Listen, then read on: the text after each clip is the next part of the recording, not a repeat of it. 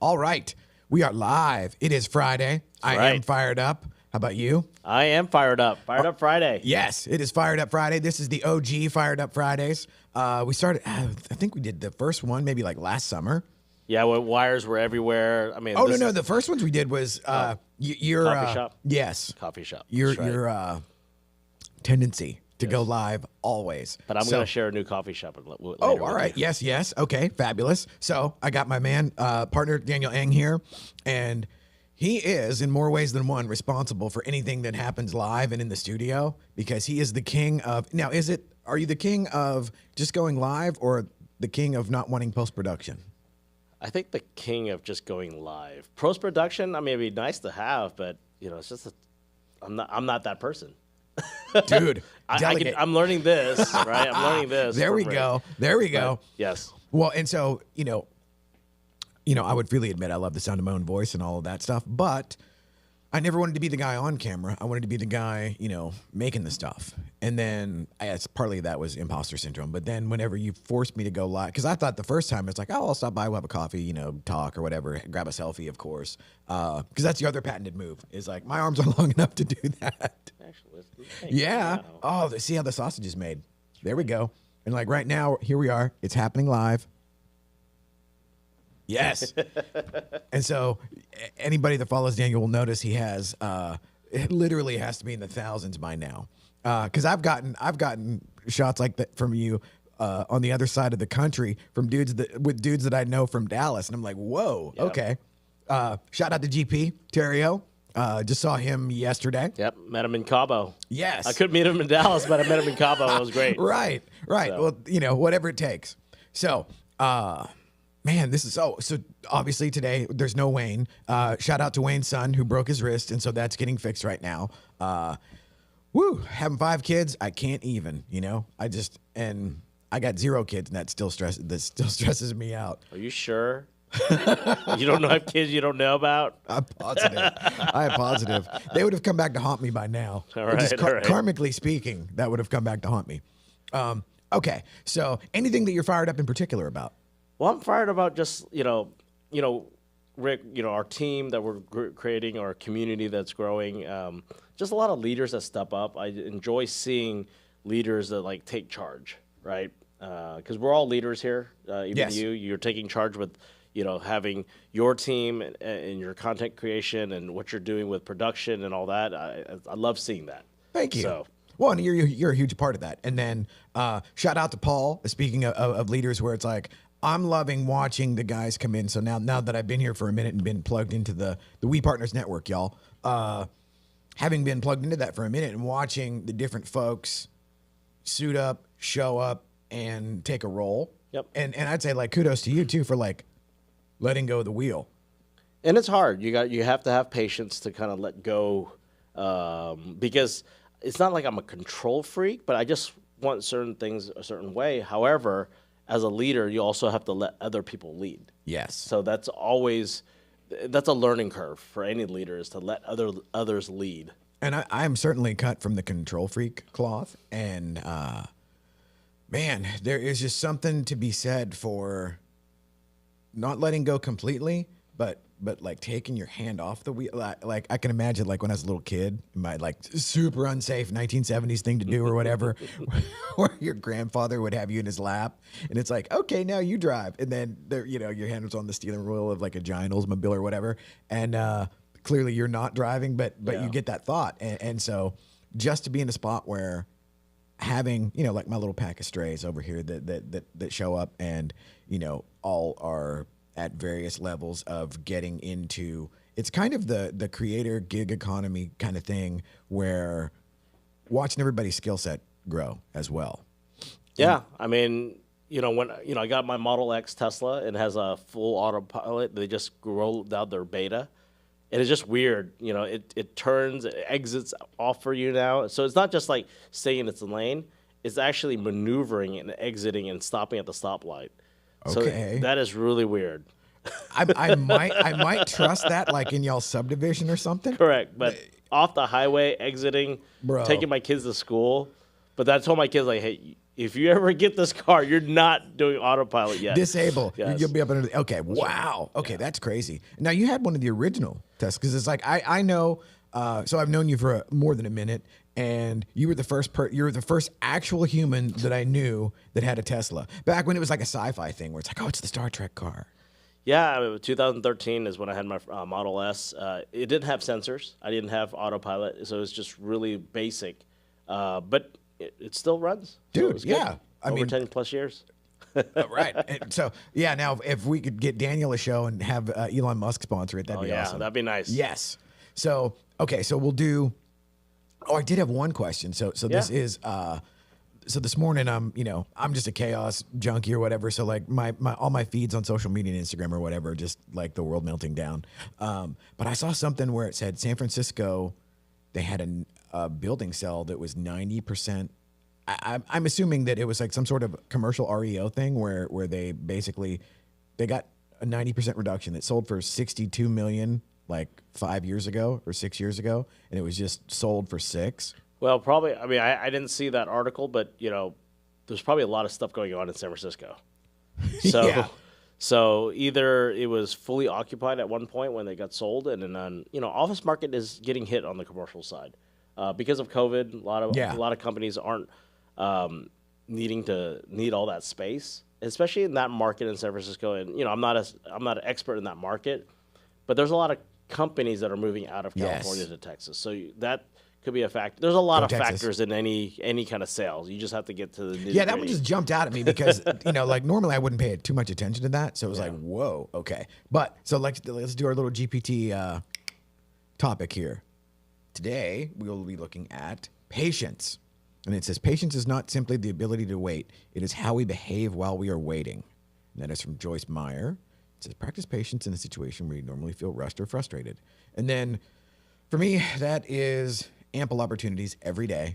And, one of the things like with my guys, this comes back into the whole leader thing and watching folks where a lot of sprinters Yep. and they come out of the gate fast, but then the enthusiasm wanes. Yep. And the idea of nothing worth having or like the thing that you think that you want that is basically like, you have a lot of folks that want that 1%er life or whatever. And it's like, well, you're gonna have to do 1% behavior. Yeah. And one of those things is none of that happens instantly. Yeah. And so for you guys, so like even now when you're building the network, I'm sure that you see a lot of not necessarily people want shortcuts. Not that they're, That's human nature. Yes. I mean, and so for you, like what is the thing you're like, are you working on patience in any area? always. I think my patience always being tested every day, especially when you have kids, right? But as you grow your organization, you have to imagine. So for me as a leader, I know that, right now we're at 200 plus. I know that when you have to pre-plan what it would look like at 1,000, you got to pre-plan what it would look like at 10,000 because those are opportunities. That's a possibility, and so I have to pre-plan now what a organization looks like at 1,000. Yes. Right? You got to make sure, like, okay, with 1,000 people, do you have 10 strong running partners, right? That are building and that are helping out, or do you have 50 running partners, right? Because it makes it easier when you have Yes. more people involved, right? So that's a patient because I'm trying to identify good leaders that are willing not just to run with me, but to just do life together. So what's the breakdown of, so like there's you and Calvin are as far as like y'all are the top of the pyramid, Okay. and then you guys have employees like under you, right? So I mean, there's no the only employees that I have is really our 3 VAs that we have. Oh, okay, okay, right on. Yeah, but like our property management, that's a different company. But if you're talking about our real estate brokerage side, it's really there's no employees. That's Okay, what I like. so okay, Nobody's my. We're all business partners now. love it. Yeah. Okay, yeah, that would make things a little bit easier. Yeah. Because like even like with building the business, and I always tell everybody everything takes 5 times longer and costs 3 times more than you think it's going to. And it's like if you can kind of get into that mindset, and so you're at 200 now, and so So really, if you're looking at, I don't look at it as a pyramid, because it's any company, any growth, there's always going to be a scale Yes. of some sort. So yes, Calvin and I started our network, but when we realized that we're creating this real estate club, I brought in about 30 people on my level one, and those 30 have grown into almost 78. And then from there, they brought in almost another 70 something as well. So our bulk of our group right now is level two, tier 2, and tier 3. right on. So, but then, there's going to be, so now for me as a leader, I'm learning who is in tier 3 that I can pour into so they can continue to grow their business. And that's really what it is any business is, there needs to be growth, but you have to be patient, right? I cannot compare myself to like a Mike Sherrard up in Canada, right? He is like, we started at the same time. I'm at 200, he's at 2,000, right? Our approaches are very different. But at the same time as we're all building our organization, we all have our value prop. We all have ways we do different business. And so I'm amazed though at like your level of just go, because it's like, obviously you have to find it fulfilling, because for me, the thing that allows me to have even a little bit of patience is the fact that I love it, where it's like I work 7 days a week, but it doesn't feel like work. And so somebody asked me a week or so ago about, be careful you don't burn out. And I'm like, dude, I've been doing this for like 7 or 8 years at this clip. The only thing that would burn me out now is going back to the delegating and the partnering, is trying to do everything myself. Yeah. But once I got to the point where I could let go of the death grip that was really based in insecurity, where it's like, okay, I need to have super quality control on everything I do because ... what will they say about me? Well, as soon as I can actually delegate some of that stuff, and like talking about the post-production earlier, or like Cruz being my first like Jedi apprentice, that now he can do everything I can do. Yep. But there's also a payoff there, and I'm sure you have it, like where you put that effort into somebody, and then 2-3 years later, the patience pays off, and they're good. And it has, because if you're looking at, because the platform that we're on, the payout is through what they call revenue sharing, right? So they share the revenues that you're growing, right? Because they don't hire recruiters. We are technically the recruiter, but we're not recruiting. All we're doing is sharing a platform. People are attracted to the community. That's really what we're building, is the community, and people are attracted to that. And that allows us to be growing, and also for me to pour into people, right? And things just, if I'm pouring my time and energy and efforts, you want to be rewarded. But my reward is not just the financial reward. My reward is because I see someone grow and is actually changing their lives. Well, yeah, right? and because now, that's the goal. The goal is to change lives. And I can speak from experience now, because like, probably about a year and a half ago or whatever, the very first time we were in the van, and I was around, because it's like there's that aspect of, okay, these guys can't really be like this, 24 hours a day, like the very outgoing, gregarious, unselfish. Because the first thing that I saw in one of the community events or partnership events was, I don't know, probably 70 or 80 people there, and I didn't realize that they weren't all part of the network. And then it's like, whoa, okay, y'all are actually doing stuff just to do it, and for me, that boiled down to like, when I love the process, the rest of it doesn't really matter. Yeah. You know what I mean? So, even the guys that work for me, I say, like, if you're doing this because you want to do it for the money, that's going to go away fast. Yep. And you're going to burn that. To And me, people are going to see right through that. yeah, and to me, that's the thing that I wouldn't say necessarily. Obviously, got to keep the lights on and buy groceries or whatever. Of course. So I don't categorize it as doing it for the wrong reason, but having the priority, or maybe seeing it from the perspective of, you get to do this versus I have to do this, or I want to do this ... and I want these other things that I may or may not be good enough to get. Yeah. Because I always tell my guys, if you don't suck and you don't quit, you'll be all right in the long run. Yeah. But seeing you guys actually, where you talk about like pouring into people and everything, I was blown away. And then, so clearly you must love the process, and I mean, I really found my why, right?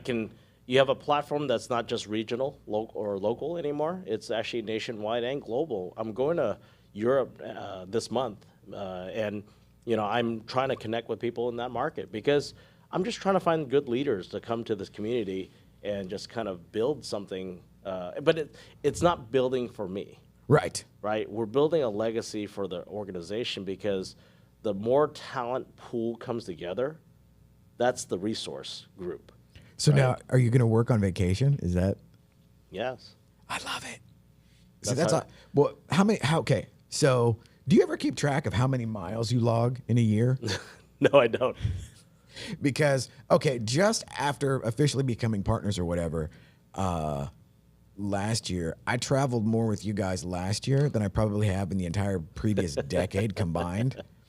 Even if you took the COVID off the map, where it's like, okay, you couldn't, okay, Yeah. even remove that. So like, even when I would have had free reign and the ability, but I'm blown away by, like you said, you meet GP in Cabo, Yep. and it's like, bro, and then so Calvin is going to. He's going to Asia with his family. He'll be gone for 2 months. I'll be gone for 1 month. But the business doesn't stop, right? The leadership, the people that step up, they're going to continue what they're doing, So we have to try a Fired Up Friday from live from Sure. Europe. Okay, I love it. Sure. So now, how do you? Actually, it works because, 7-8 hours. So I'll be in the evening, so I can hop on. Yeah, it'll be like just about time to go out for dessert. So, how do you do that? To go away for a month?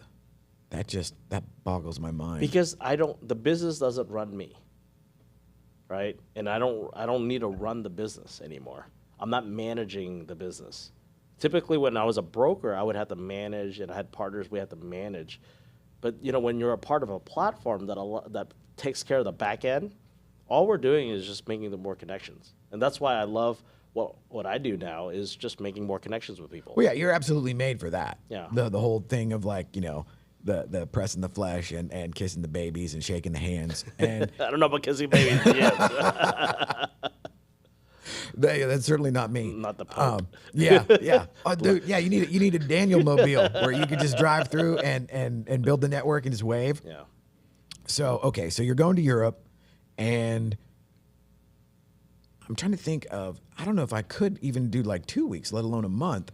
But do you put anything in place as far as like, okay, you're in charge of this. No. I love it. Because the thing is, because of COVID, everything's done remotely, and our cell phones now, we're all connected. So we don't have to physically be here.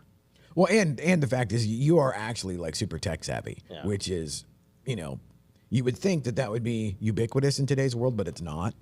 I mean, we get folks constantly like, I don't have Dropbox, or I don't have, whatever, and it's like, well, how does anybody send you anything, or but there, yeah, you can work totally remotely, and then you've got the VAs, and that's one thing too where systemization and processes just make me crazy. And I'm in that mode now. Like Wayne calls it a complexity ceiling, where you hit a wall or a ceiling where, okay, there are too many moving parts for me or anybody sitting close proximity to me to actually manage. And so that's the thing that's been just giving me fits and not having the patience to find the right people. How do you get over that? Like, have you ever brought in somebody that was just a knucklehead? Well, there's always people. That's human nature, right? Like I said. But, with your business is a little bit different because you are local right now and you physically have to do stuff. Yes. Where my business now is not that.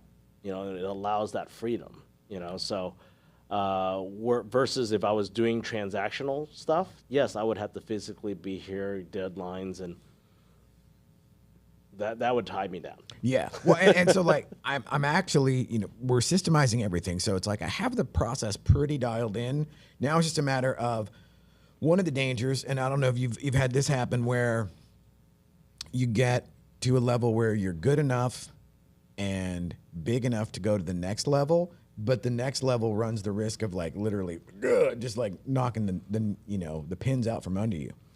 No, so for me, for the next level is finding those leaders that are stepping up. So I have another partner that just onboarded, or Cindy Vo. She was in the escrow You know, She's a machine, by the and, way. and she's creating her own network. And Cynthia Day, Paul Roberts, Anna Cantu, all these leaders that are stepping up, they're creating their own network. So the only way you're going to scale this, like what we're doing, is leaders taking charge and running their own and managing their own groups.